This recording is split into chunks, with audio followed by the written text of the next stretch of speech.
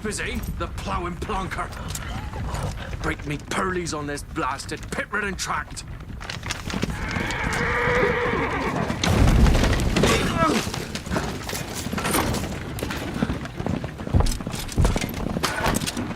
With fear not dry road. Aye, the devil's after it! This running from!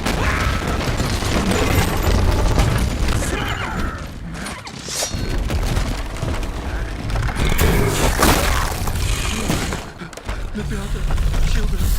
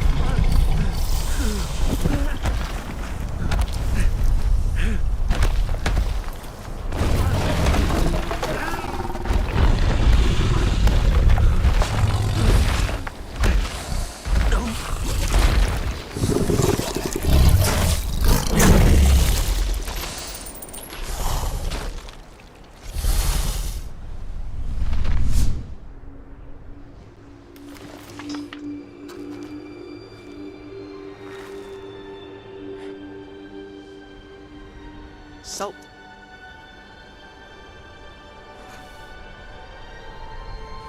Almost had me fooled, Fruin.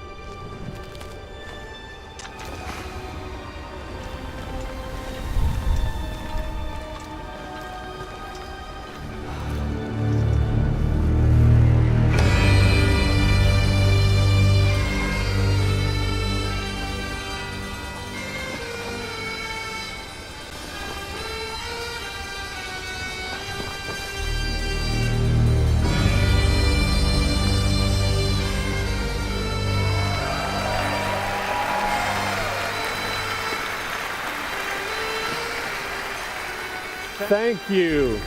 Thank you, everyone, and welcome to the State of Unreal at Unreal Fest Orlando. We're here to show you what's next with Unreal Engine and so much more. We are thrilled that you're able to join us. Thank you. But first things first, I'm here with Sebastian and Kitek from CD Projekt Red. We have a lot to talk about. Hey, guys. Hey. Thank you, Wyatt. Thank you, Wyatt, and hello, everyone. With The Witcher 4, we're stepping things up. And to do that, we needed the right partner, one that truly understands that great open-world games are all about art and technology coming together. Yeah, and look, our goals are completely aligned here. And around the launch of UE5, your awesome team at CD Projekt Red announced a collaboration to make open-world development in Unreal even better. And it's an opportunity, we just couldn't pass it up. So we've been working on a technical demo together to achieve just that. I think we should take a look at it. You guys ready? Born ready. Kitek is going to play the build for us. Sure, let's do it.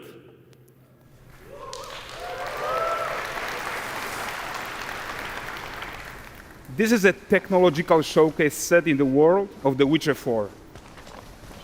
What you just saw and are going to see now is running on a standard PlayStation 5 at 60 FPS with ray tracing. So in the game, you'll be playing as Ciri, a professional monster slayer, a witcher. She explores the world and hunts down monsters for coin. The region we are in is called Kovir, and you'll get to explore it in a game. Right now, Ciri is investigating a monster, and after gathering new clues, she is heading back to a nearby village.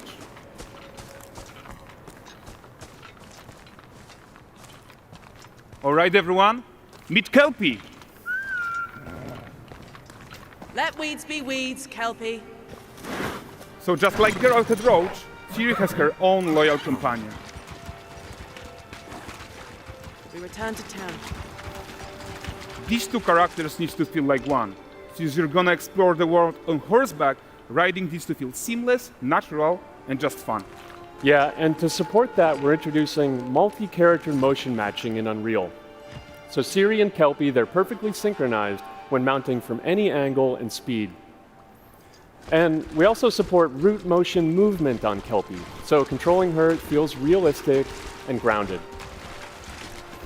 And there are also some really nice improvements to our Unreal Chaos Flesh Solver and these machine-learned deformations. So you've got realistic muscles moving and stretching under Kelpie's skin without compromising the performance there.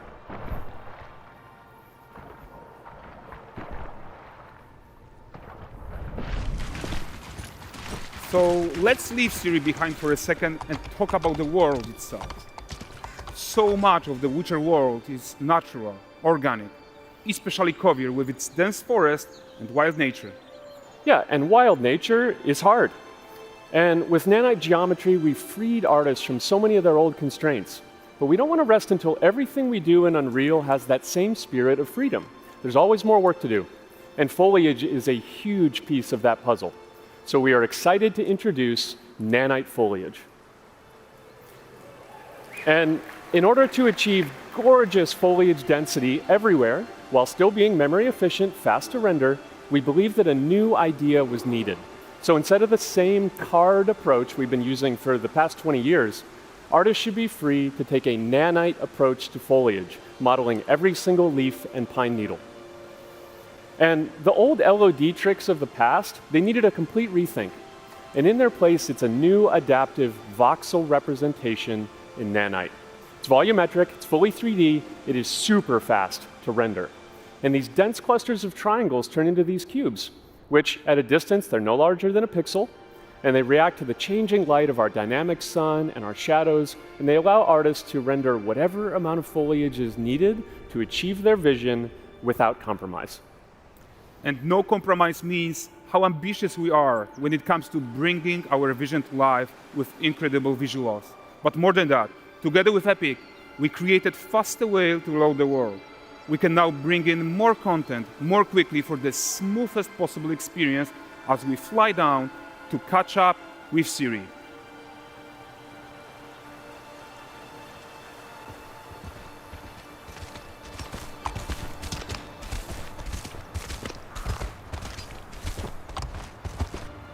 Welcome to Valdrest. So Valdrest is a port town, a hub for fishing, trade and mining. It's one of those places where you can meet shady characters or overhear gossip from other lands. It's also where Ciri took on her current contract.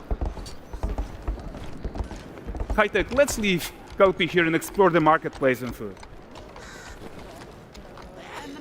I'm so excited we can finally show you some of this stuff. Let's see what Valdrest has to offer. Not her again.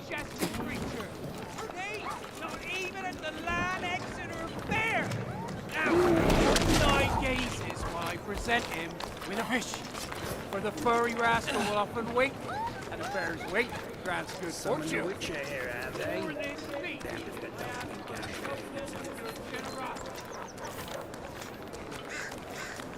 Pardon. Guys, notice how responsive the world is. Character actions directly affect what happens around you, sometimes even setting off chain reactions. Everything is working together.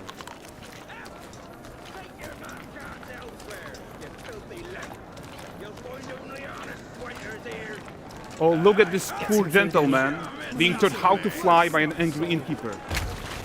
That's what happens when you cheat at Gwent. Last of it, is it? Ready to aim. Jingling the purse.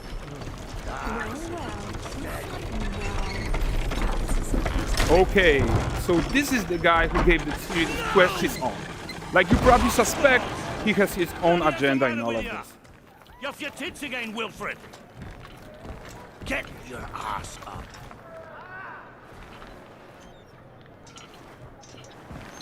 A typical day's toil. Who in? Witcheress. What news of my wagons? No eternity is taking that damn salt to arrive. I found them. And, well, suffice to say, they'll not reach you. As for the salt, I found not one speck. I presume this comes as no surprise to you. Now. Kovir's smuggling trade is of no concern to me. Shush, shush, shush. The Manticore, that flattened your cars and devoured your men. Quite the opposite. Manticore? No, them winged hellspawn dwell in the arse end of Creighton, not here. While Siri decides what to do about that merchant, let's take a look at the character technology that powers this marketplace. Why don't we listen in on these fishmongers? They're selling their wares, chatting up customers. Morning, catch this is. Won't find none fresher. Reckon me ladies after one of them. Course. Get this cleaned and gutted for you. You mind, dearest? Into seeing something more. Got mackerel, cod, all Brexit's finest. And there is tons of tech to play here, even in this simple market stall. Metahuman tools, improved Unreal smart objects, chaos cloth, and more. Yeah, and all of this exists to make sure that the gap in quality between Siri and NPCs is as small as possible. Yeah, and closing that gap, it's not just about fidelity, right, but also authenticity. They should react to changes in the world around them. But the prisoner in pillory isn't exciting enough for Valdrest. Let's grab everyone's attention with a circus.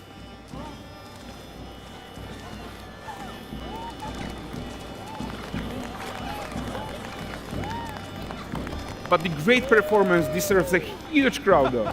Let's crank it up.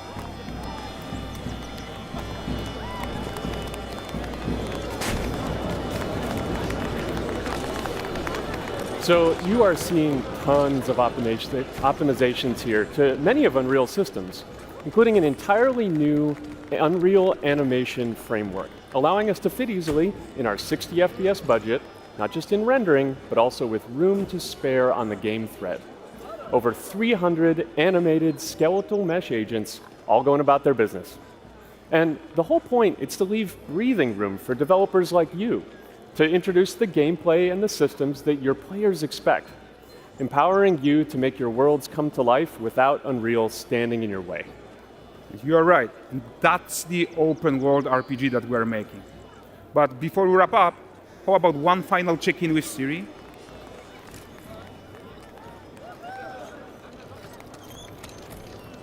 We are making this game to be the most immersive and ambitious open world Witcher game ever. And we are making this a reality thanks to our work on Unreal with the team at Epic. I think what we're doing together is going to bring in a new generation of open world RPGs, and I'm so proud of what we accomplished so far. We are too. So we're almost done, but before we go, here's a small gift for all Witcher fans. A first look at Lanexeter.